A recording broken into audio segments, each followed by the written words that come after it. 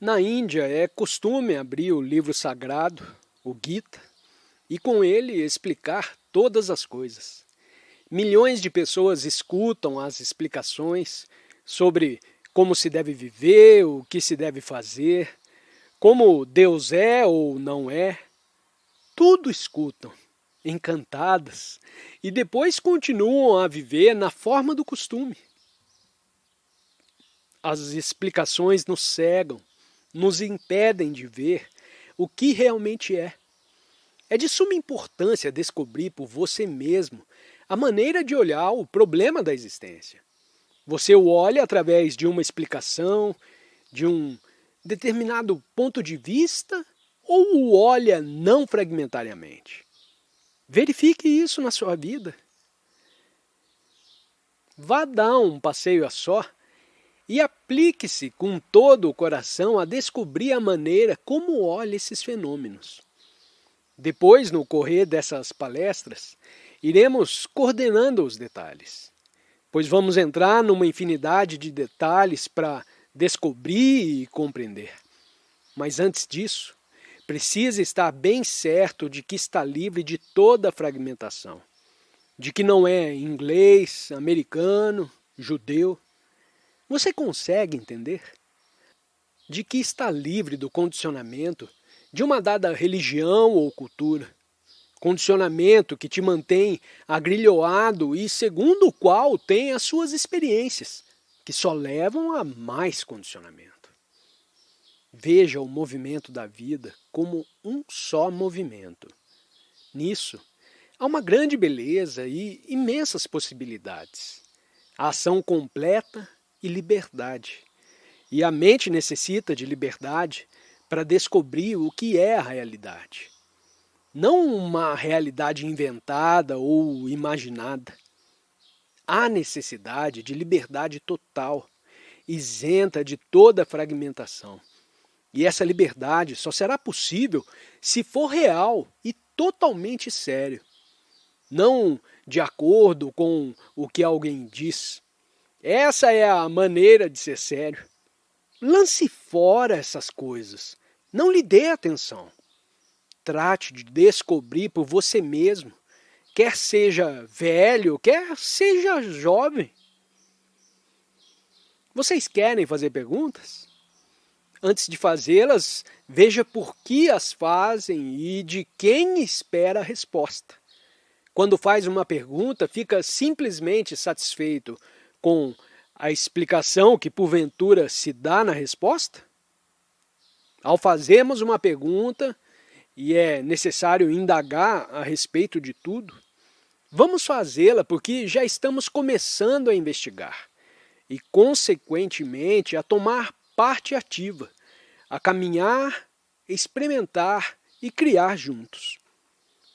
Pergunta: se uma pessoa, digamos um louco, anda à solta a matar gente e temos possibilidade de impedi-lo matando-o, o que cumpre fazer? Resposta: nesse caso, vamos matar todos os presidentes e governantes, todos os tiranos, todos os semelhantes e a nós mesmos. Nós fazemos parte desse todo. Com a nossa violência, contribuímos para o estado atual do mundo. Não percebemos isso claramente. Pensamos que, se nos livrarmos de umas tantas pessoas, repudiarmos o regime vigente, teremos resolvido inteiramente o problema.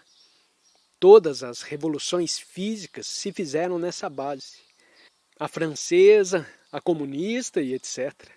E todas elas acabaram em burocracia ou tirania.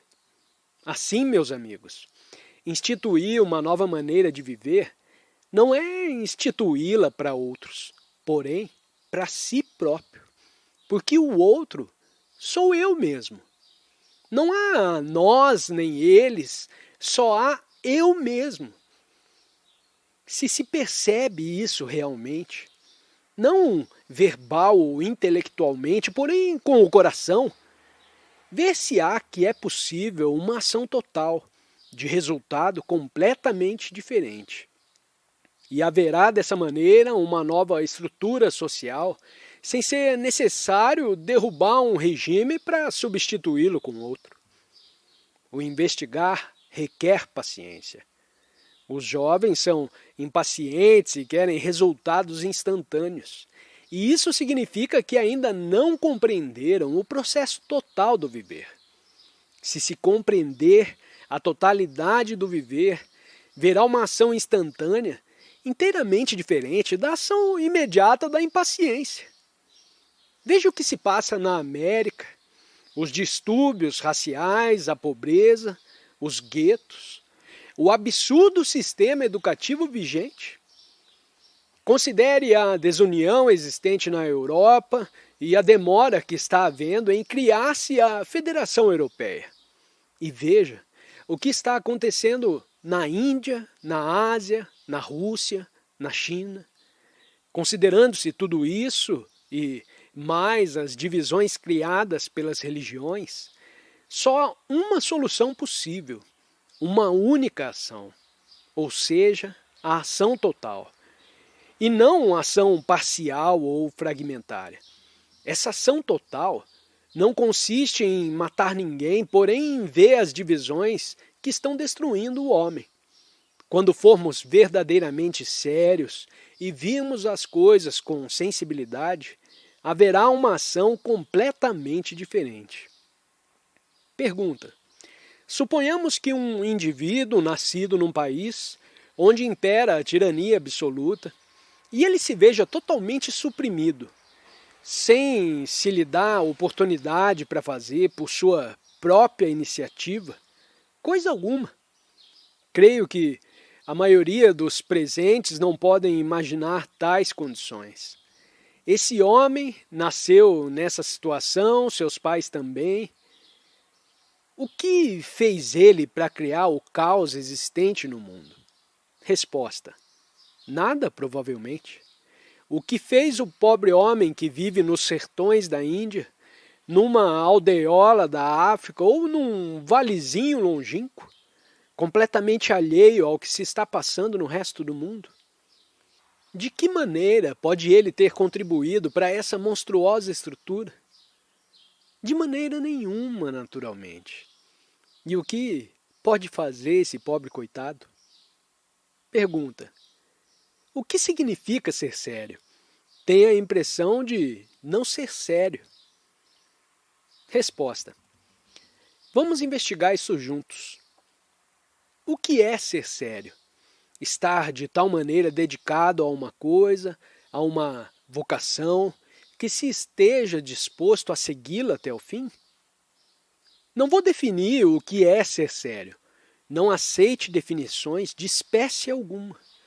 Se um homem deseja descobrir uma nova maneira de vida, uma vida livre de violência, uma vida de total liberdade interior, e a esse descobrimento devota seu tempo, sua energia, seus pensamentos, tudo. A essa pessoa eu chamaria um homem sério. Esse homem não se deixa facilmente desviar do seu intento. Poderá buscar entretenimentos, mas sua rota está traçada. Isso não significa ser dogmático, obstinado e inadaptável. Ele está pronto a prestar ouvidos a outros, a considerar, examinar, observar. Pode acontecer que nessa seriedade um homem se torne egocêntrico. Esse egocentrismo, de certo, o impedirá de examinar.